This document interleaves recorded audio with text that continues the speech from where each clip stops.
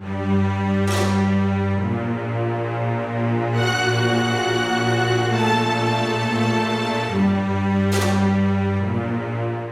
what's going on, everybody? This is Chris coming at you from the channel I Am Toys. This is, of course, going to be another showcase review of a figure, this time of a mass-produced piece. This is the Trick or Treat Studio Sam that just got released maybe within the last few weeks. People are slowly getting them in hand. This is based on the movie Trick or Treat, that it was directed by Michael Dougherty. Quinn Lord plays Sam in it. I think Anna Paquin, I think that's her name. She's also in it. And there's a bunch of people that other folks, audience members, fans, genre fans will recognize. But this is a great figure, man. This is a great release. I think they did an awesome job. Those of you who aren't aware, this was actually done by, again, Trick or Treat Studios, but Alexander Ray, who I believe also goes by Kane Productions, did a limited custom run of this a while ago. Did about 9 or 10 figures. There were some gripes with that figure, from collectors who had it, and then from people who did not. I did a review comparing the Rain Man version to this.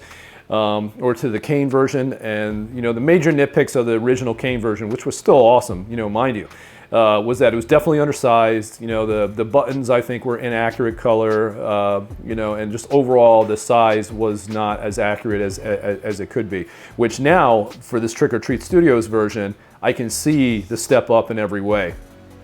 Trick or Treat Studios is definitely stepping up their game. This is one of their first figure releases that was actually $200.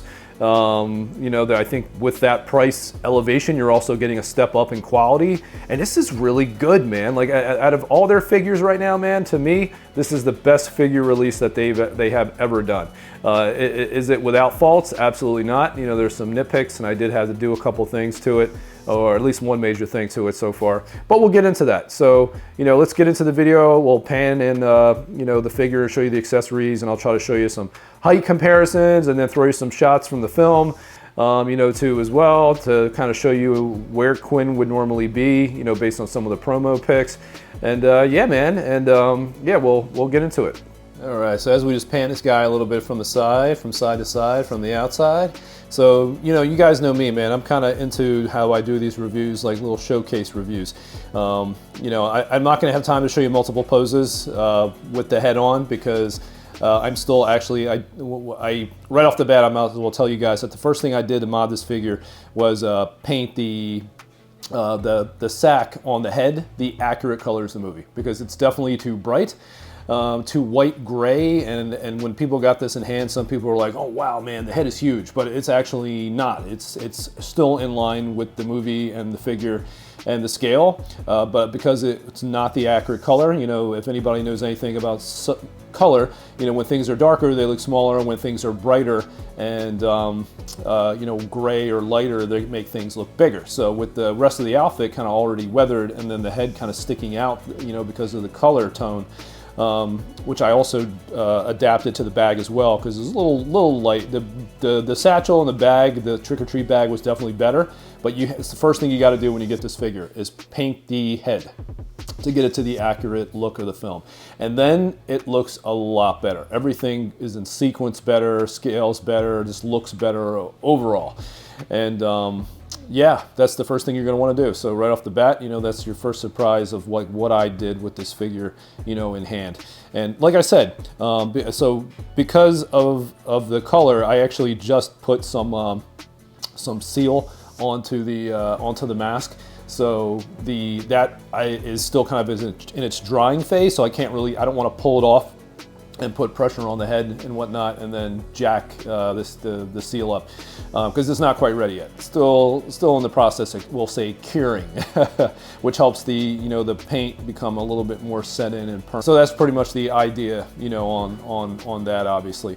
So yeah, right off the bat, man, this is their first $200 figure, at least from as far as I understand, like 1/6 scale stuff, and they definitely did a great job on this, as far as giving people quality at that price. For $200, a mass-produced piece, this is pretty damn good, man. It is pretty damn good.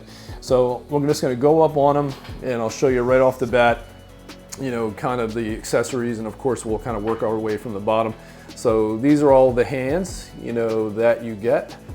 And you get a little sidewalk diorama, you know, the sewer grate right there. You get the two, you know, lollipops, the one that's full formed, and then you get the one that's broken that he uses to kill that chick in the beginning of the movie. Of course, you get the candy bar and plastic that's not real metal, and the whatchamacallit, it's kind of like a little rubberized like plastic a little bit. At least that's what it feels like. It's like a rubberized plastic. The wrapper on this is accurate. The color, the name of the candy bar, all that stuff is where it should be. This does light up, and I forgot to light it up in the video, but I will do that for you in a sec once I cut away. And then you get the alternate head.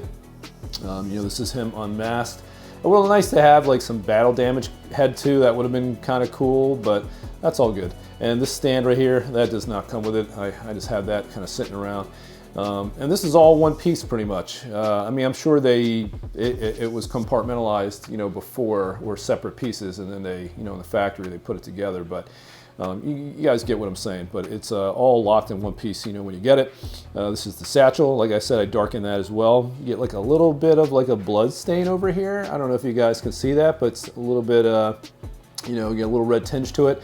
Those of you who remember in the movie, he had some stuff in there. I think a cat, because you heard him meow when he was going, you heard the bag meow when he was dragging it down the steps. And then this right here, guys, this did not come with it. This was made by Robbie Jones. He runs a prop store called Tiny Ass Props. And he only made, from what I understand, 3 of these, maybe 4.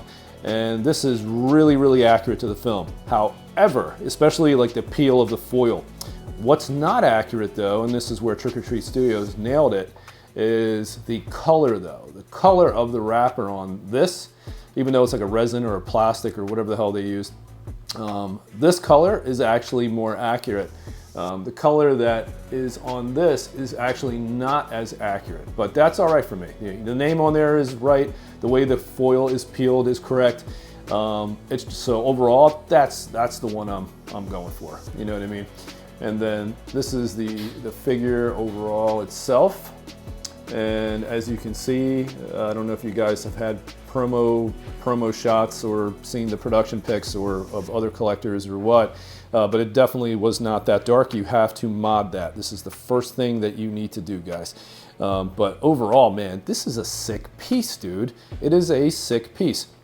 And hopefully, you know, I'm showing you some pictures here of kind of how he looks. And like this one shot right here really shows you just how well in scale he is. So if you look at this picture and then you look at him standing here, this is in scale, dude. Like, this is how it should look. The head is supposed to be pretty big. But like I said, once it's colored, it doesn't look oversized. It looks in scale once you get the color to where it needs to be. Man, this is just badass, dude. And I don't know if Tenela had anything to do with the tailoring on this time around, or doing the or did the prototype of the clothing, because I know she's been working with Trick or Treat Studios as well. But Tenela, if you did have a hand in this, excellent job, man, on the tailoring. Excellent. Really, really fucking good, man. This is just a badass figure. I'm just blown away about how good this figure is in hand. They really, really stepped it up, dude, and just some minor modifications make this thing even better. And yeah, man, Trick or Treat Studios, man, I have to give my hat to you, because most of the figures so far, the Michael Myers stuff, I mean, at the price you're getting, you know, 120 bucks, 130 bucks, whatever it is, I guess that's reasonable, you know, but they stepped it up, I think, on this, man. They really, really did. But I like what they included, man. You know, between this, I think these are the, between the pumpkin, you know, the second head, and that is articulated as well. That jaw opens and closes, which was also a feature on the custom run that was done by Kane Productions. And you know, between that and the lollipops and the candy bar, I think you get pretty much what should come with this figure. You know what I mean? I just wish maybe it came with like some battle damage components, you know, like do the satchel mask. But like with it ripped, you know what I mean? So you can see, you know, his mouth a little bit under there. That would have been kind of cool. Here are some shots of him at the top from below. I'll just give you some of the angles on that as well. Sorry, I'm shaking there a little bit. But yeah, he looks just killer in all the ways you want him to look like he does from the movie. Like I said, everything all around, man, is a great presentation, great package altogether. And, but the presence on him is awesome. And if you have any other kind of diorama accessories like I do, I've got like an old wooden table that was custom made and painted that would probably fit really well, you know, especially like when he was in the house at the very end with that dude. Oh man, it looks sick. I had my original Rain Man version set up like that, so you guys might be able to see some pictures as well of that. But this is just a fucking sick piece, man. Like I'm blown away by how good Trick or Treat Studios nailed this, man. They really did.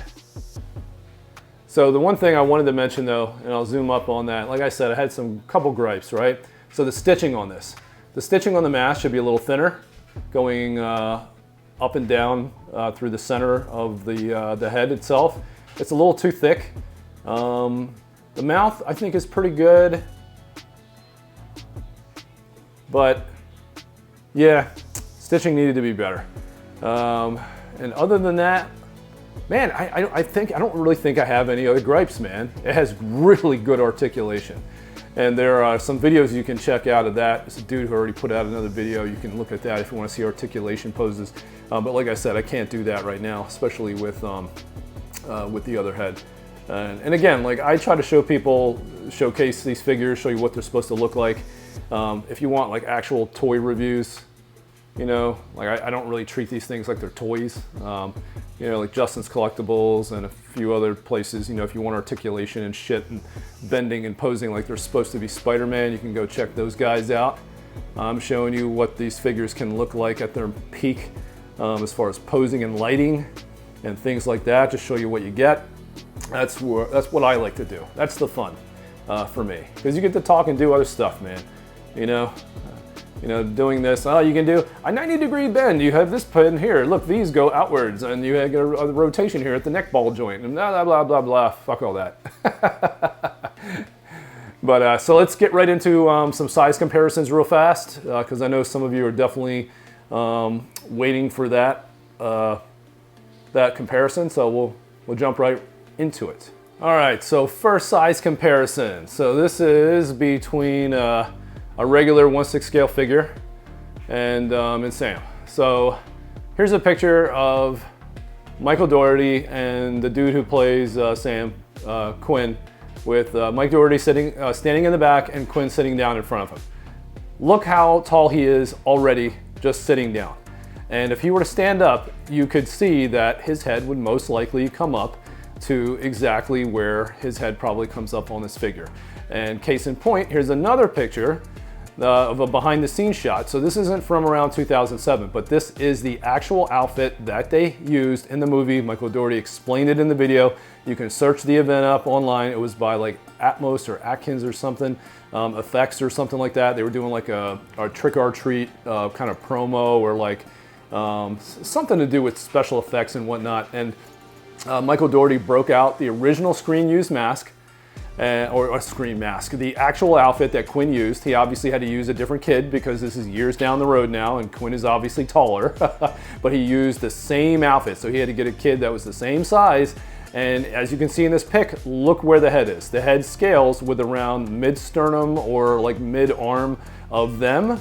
And so does this figure, as you can see, next to a regular 1/6 scale figure. And again, scaling in 1/6, nothing is gonna be perfect, guys. It's just not. It's not how it works. You're never gonna get a perfectly scaled figure. But again, scale-wise, with a regular 1/6 fig, this thing scales perfectly.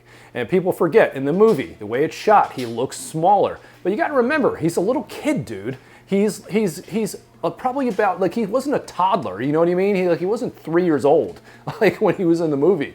He was about 4'2". His stunt doubles were about like 4'4" or 4'6" or something like that, maybe a little taller. You know, this is the size someone who is 4'2" would be. That's where he's gonna come up. You know what I mean? So this is perfectly in scale. And if you see the figure too, so people were saying, oh, the head's too big, right? So I'm going to show you an example. So if you guys see the head in this same figure with Quinn sitting down, look how wide the head is in relation to Michael Dougherty, right? Now on this next cutaway scene, I'm going to put Michael Myers behind him, and then you'll see where the head scales just like the picture. See you on the other side of that cut. So this is Michael standing behind him, and again, using this picture, look at how wide his head is here, and then look at the circumference, or the diameter in which it takes up Michael Dougherty's body, and then look what it takes up here in front of Michael Myers. It stands or takes up the same space. The same space from an eyeball perspective. So the head's not too big, guys. It's all in scale, man. All in scale. And I'll show you one other figure for size comparison. And one last comparison. So here he is against Superman, what is supposed to be scaled for Henry Cavill. And once again, the head on this is about mid-chest, somewhere around the sternum, mid-arm, as far as the top of the head, because the mask itself is bigger than Quinn's head. If you see how it's applied, especially in some of the videos, you'll see what I mean. So again, you can see, and again, based on the pictures that I've already showed you, and again, I'll show this one as well. And again, this proves what I'm talking about. Actual outfit, screen-used outfit, kid the same size as Quinn. This thing is scaled really well. Is it 100% perfect? No, man. Is this Cavill figure scaled 100% perfect? No. You do the best you can in 1/6. And this is scaled well, man. It really is. So let's just jump into the last part of the video. Just wanted to show you guys some size comparisons, and then we're gonna roll out. So as promised, I said I would light this up so I could show you the light up effect on this. And there you have it. There it is, all lit up in all its glory. And yeah, so man, final thoughts on this piece altogether. So I gotta say, so pluses, man, just all around, it's a pretty good upgrade from the custom. The original custom is still great, but based on the size of where Quinn should be, the old piece was definitely undersized, and they stepped it up on this, man. I mean, you've got a better head sack mask. You've got a great second sculpt, and overall, just the details on everything are really good. You get even a better diorama than the original. The diorama that they had before was good, but you get a little bit extra details, a little bit more care is put into this. But this is a mass-produced piece, and so you're working a little bigger, probably a little bigger of a budget and whatnot, and to put this out. Good accessories overall. I think that they did exactly what they set out to do with this, overall. And as far as like gripes, like I said here, the stitching I think should have been a little thinner, especially the vertical. The horizontal on the mouth is, I think, kind of where it should be.